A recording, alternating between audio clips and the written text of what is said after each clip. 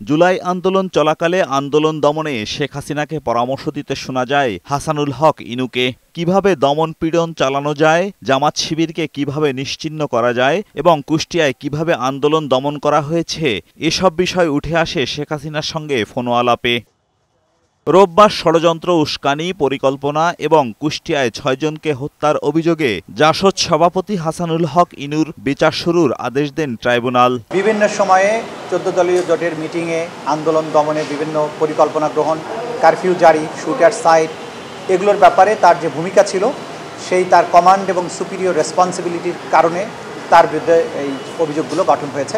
একই ট্রাইব্যুনাল কুষ্টিয়ার আরাক মামলায় ৩ অভিযোগে মাহবুবুল আলম হানিফ সহ আওয়ামী লীগের ৪ নেতার বিচার শুরুর আদেশ দেন।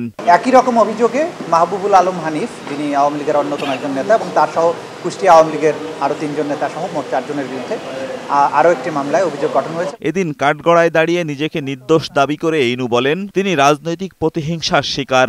বর্তমান তত্ত্বাবধায়ক সরকারের যে ঘোষিত নীতি, যেখানে সরকার নিজেই বলেছে অনেক গায়েবী মামলা হয়েছে, তো উনি দাবি করেছেন যে উনি ওই অনেক গায়েবী মামলার মধ্যে উনি একজন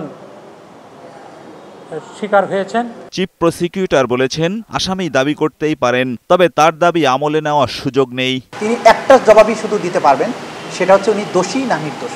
এর বাইরে তিনি যে সমস্ত বক্তব্য দিয়েছেন এগুলো আমলে নেওয়ার কোনো সুযোগ নেই। এদিন ট্রাইব্যুনাল ১-এ চাঙ্কারপুলের ৬ জনকে হত্যা মামলায় মানবতাবিরোধী অপরাধের মামলা ১৩তম দিনের সাক্ষ্য গ্রহণ অনুষ্ঠিত হয়। এজাজুল হক মুকুল, বৈশাখী সংবাদ, ঢাকা।